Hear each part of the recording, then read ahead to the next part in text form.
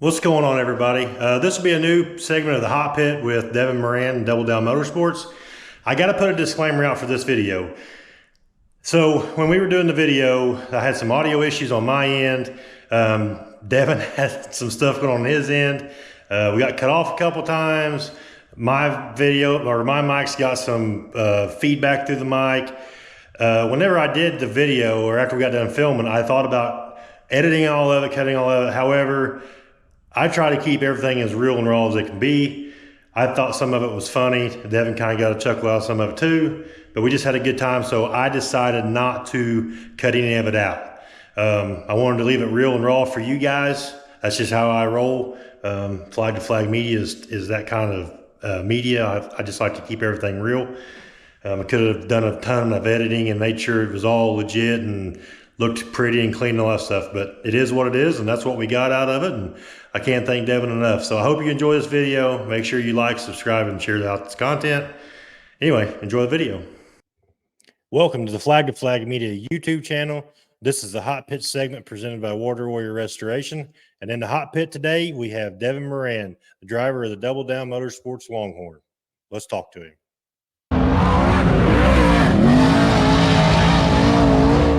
All right, so in this episode of the Hot Pit, we've got the driver of the Double Down Motorsports Longhorn, Devin Moran. Devin, thanks for coming on and talking to us. Much appreciated.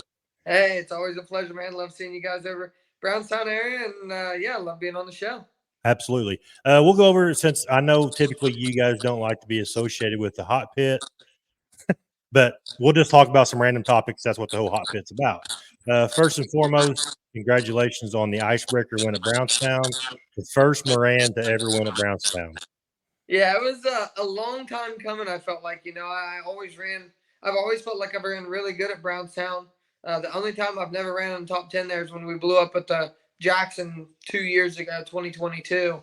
But I've always had really strong runs. I've been close to winning the Icebreaker. I've been close to winning the Jackson a couple times. So to finally get through and an awesome win racing with Bobby like that, it was cool to finally break through there for sure. Right. So I will comment. So you were fifth fastest in your group. And then, so that put you starting third in Heat 1. Chilton was fastest overall. So he was on the pole. Then you had Bobby on the outside of the front row. And then you started third. I thought this was probably going to be the heat race of the night, right? And then I remember I was standing up on the bank there by the lineup chute, and they threw the green flag, and you guys were 3 wide going into turn 1. And I was like, holy cow. But take us through your heat race, because I know it was pretty crazy because you ended up winning the heat race. But starting third with Bobby out on the outside of the front row, Chilton on the front row, that's pretty crazy. Yeah, and I felt like the heat race was really what won us the feature. I know me and Bobby went back and forth, but you got to start pretty far up front at Brownstown. Track position can be a lot at times there. So I knew there was a lot of grip on the bottom, and I knew Michael. I had a good feeling Chilton was going to go in there and slide Bobby. So I told the guys before the race, I said I'll be getting the lead coming off of 2. I got to stay tucked to his left rear quarter panel and then kind of drift up with him to keep Bobby from crossing him over. And that's what we did. And then obviously I got by Chilton going in 3 and 4. And Bobby was on me the rest of the race, but we kind of just made sure I stayed around the bottom and didn't give him a chance to get a good run at me. Right. So then that takes you into the feature. Bobby passed you there a little ways into the feature. Did you? I was telling the guys I was standing with, I was like, Devin's going to catch him. I said, you just got to bear down. And, obviously Brownstown's all about hitting your marks, right? But I knew that lap traffic was going to be a huge play in the whole thing, and it ended up being play. But take us through those laps where you had to chase Bobby back down and get around him. Yeah, I mean, really, it was all in lap traffic. I got to Sheppy and by Sheppy because of lap traffic, and then Bobby passed me like the very next lap, and we were slicing and dicing, and the guys got stuck around the bottom, and I finally got my momentum up on the top there the last 15 or so laps, and got by Bobby right before the caution came out, and then just I was holding on there at the end to keep him behind me. Right. Yeah, so overall, I thought it was a great feature, especially for the fans. I mean, we always joke about the Icebreaker. They get like one in every 5 or 6 years, it seems like. But I thought the track was pretty racy. Car count was crazy too, I thought, for the Icebreaker. But overall, it was a pretty good night for you. That was awesome. I felt like both tracks, Atomic and Brownstown, did a phenomenal job on track prep. It's so hard to have a racetrack prepped in middle of March in Indiana and Ohio because you got to start early. So you got to have a little moisture in it to keep it from rubbering down. But at the same time, if you have any too much, it starts getting super rough like it has in the past. So both Jim Price and Charlie Vest both did in my opinion, a phenomenal job on the track prep, and it's hard to get perfect that time of year. So I thought they did a great job. Right. So consistency is key, right? In this whole points championship thing. I know it's way early in the year, and you discussed that, um, but you didn't get Charlie's money on Sunday. You told James and Victory Lane at Brownstown you was going to take Charlie's money. He was close, but pretty consistent run to get top three at Atomic on Sunday.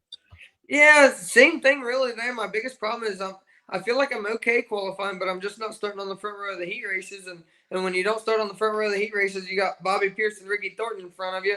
It's going to be hard to beat them in the heat. So ended up third in the heat there and had to start deep. And I felt like we had a really, really good car. I don't know if we could have beat Jonathan or not, but had a really good car. I felt like we could have at least got second there, but still good night, good run, finishing first and third in two Lucas races is hard to do. So we'll take that, and hopefully we can carry that momentum into Bulls Gap this weekend.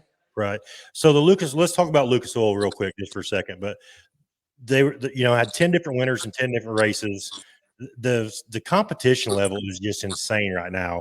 You got all you younger drivers plus still some older drivers that are still they're still getting with it.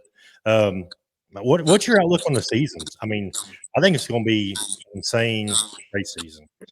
Yeah, I mean the way the racing's been this year, I think it's going to be really really good racing. We had phenomenal racing in Volusia, we had phenomenal racing at East Bay, Ocala. Like we had a lot of really good racing, and then Atomic and Brownstown was really good. I-75 this past weekend was really good.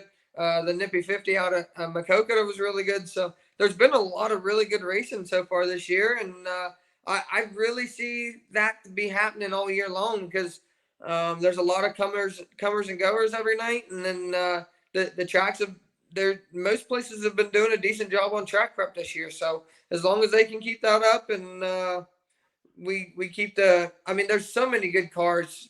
That's why there's so many different winners. So as long as them guys keep racing against each other every night, it's going to be exciting racing for sure. Oh yeah, we'll get your point aspect on that a little bit. With all these regional races that's popping up and these series that's popping up, do you look at that as an extra advantage to get more races in during the year, or what's your guys' plan? Because I know like the Hunt the Front series, Northern All Stars, there's a lot of great paying races out there right now. That's obviously that doesn't conflict with the Lucas schedule. Yeah, so I mean, it's a really good tool to go do some of them races. But at the same time, we still have 85 to 90 races scheduled without those. Right. My team's biggest goal is to win the Lucas Oil Championship. We Right. want to win races and crown jewels and Eldora night in and night out. But we want to get that Lucas Championship. We were so close last year, and that's just our number one goal. So we don't quite hit as many of those races as a lot of people do, for the simple fact that we want to be prepared for the Lucas. But that's what we do. Everybody has their own thing. I know Ricky Thornton raced 100 and some times last year. Tyler Erb races every chance he gets. every chance. Yeah, Yeah. Bobby Yeah. obviously races a lot as well. And we don't really go towards that aspect of it or that route. We try to like to stay around that 80 to 90 race schedule. And I feel like that's enough. And if we're winning the big races, we're making as much, if not more, than some of them guys anyhow. So that's kind of the way we look at it. 80 and 90 nights is a lot of nights. A lot of racing. And then you talk about Turbo running 120. I mean, Yeah, it's crazy. that That's is just too much crazy. for me. That's too much for me. Yeah. Especially since recently married. I'm sure the family life's probably a lot of priority too, right? Yeah, I mean, so I'm pretty lucky on that side of things. I work out of my dad's shop, obviously, and my wife and my pup get to go racing with me every weekend. So I spend a Right. lot of time with my family, unlike a lot of the racers. So I'm really blessed to be able to do that side of things there. Anytime we're hanging out, they're always come down to the shop or whatever it may be. And like I said, Lakia and my pup get to go racing with me almost every weekend. I think they've only missed maybe 3 races in the last 2 years. So, um, I'm like I said, I'm lucky enough that I don't get to miss out on my family stuff a whole lot. So, works out really good for me. Right. Okay. So I want to dive into this part of the conversation, but I don't want to dive into the details because I know it's been a hot topic over the last 3 or 4 weeks or whatever with the tire deal and then Hudson leaving Rocket and all that stuff. What I want to talk about is, obviously your dad being the staple in dirt late model racing he is. I got to fix my microphone. Sorry. I want to talk about from your guys' perspective as a national driver, the exposure that you guys are getting now compared to the 10 or 15 years ago, right? So back in the day, 15, 20 years ago, we had to wait for the Mid-American to come out to even know what was going on in the racing world, right? Yeah. But now with social media being such a play, everything, a lot of things are live streamed now. So it happens instantly, right? If somebody sees something that's automatically seen or whatever.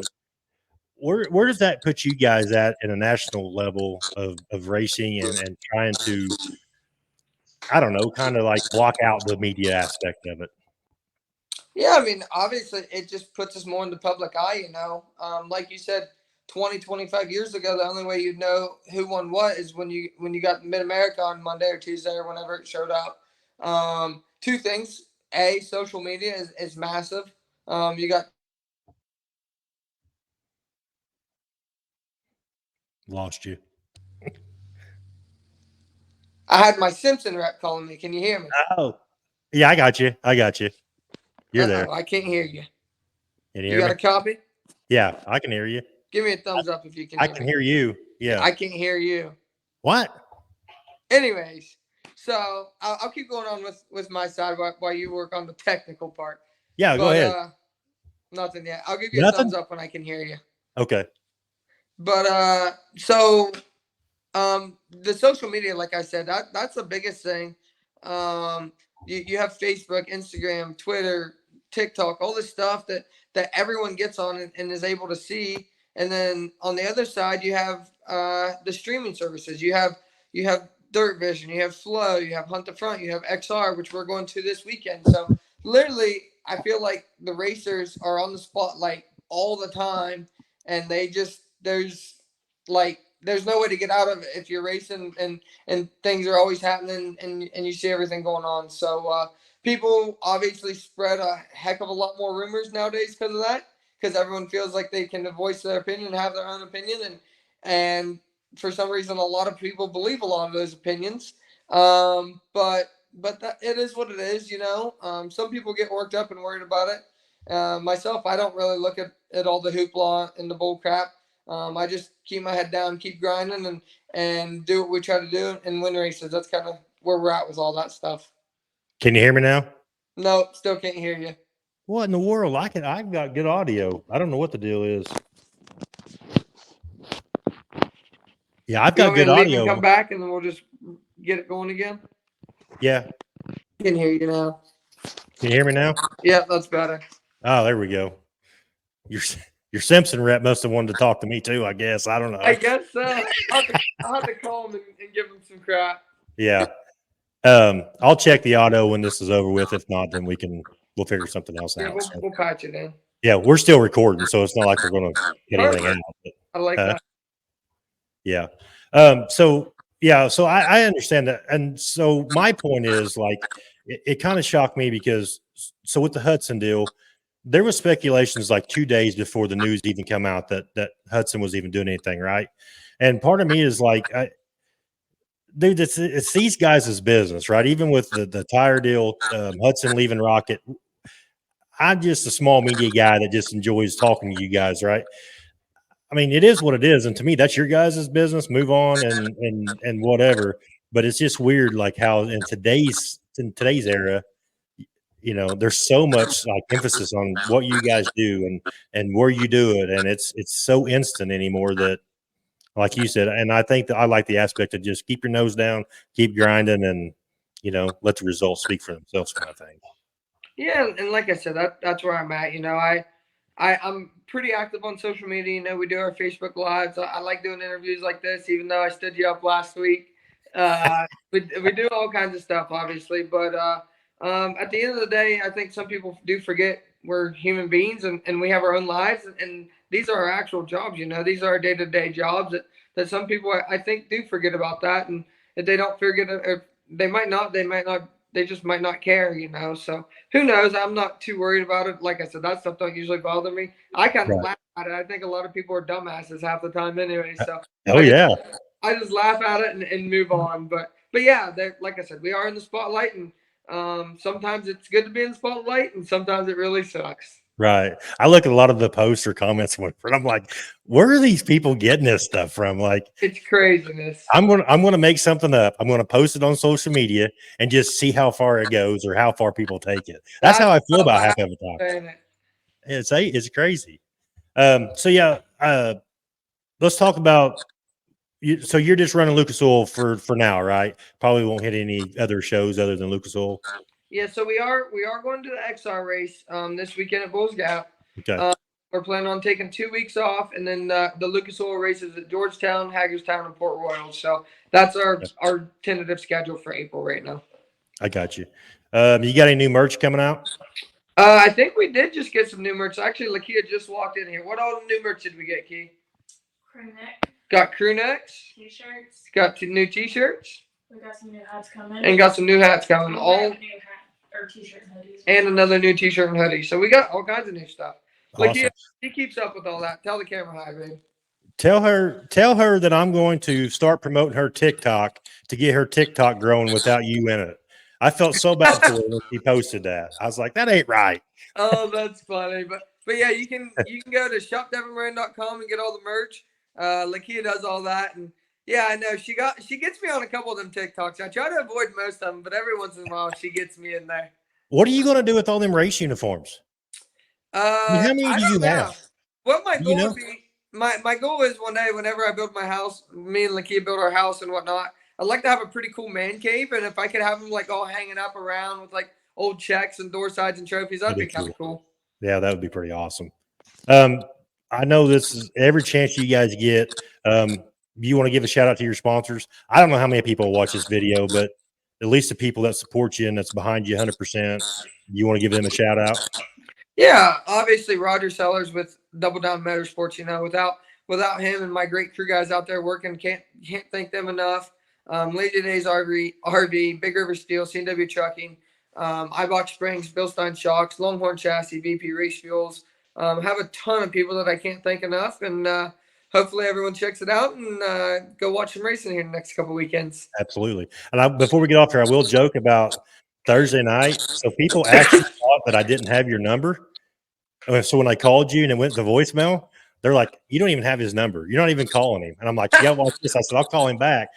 And then it was like 8:10, right? Whenever I called you, and I thought, well, I told him 8:15. So then at 8:15, I tried to call you again, and it went to voicemail. And them guys was giving me so much crap. Were they on you? That's my bad. I felt so yeah. bad. We got busy working in the shop. I forget what I was doing, and I looked. I saw I had a couple missed calls. I was like, "Oh, you gotta be kidding me!" I totally forgot. Oh, we made a joke out of it. It was funny. They're like, "Oh, you don't have his number, and you called some random person, and you were hoping they didn't answer." And I'm like, "Whatever." So, whatever. Oh man. Well, perfect. You can show Yeah. them this video and tell them you got the upper hand on them at this point. Exactly. All right, Devin, appreciate you coming on, buddy. Best of luck to you in your races coming up. Tell Lakia that we will get her TikTok built up without Devin Moran in it, and make her a successful TikToker. But we do appreciate it. I'm glad that we have the acquaintance where we can just talk about racing and whatever, and hopefully I'll see you at track soon. Sounds good. Thank you guys. I appreciate it. All right, thank you, Devin. Appreciate it.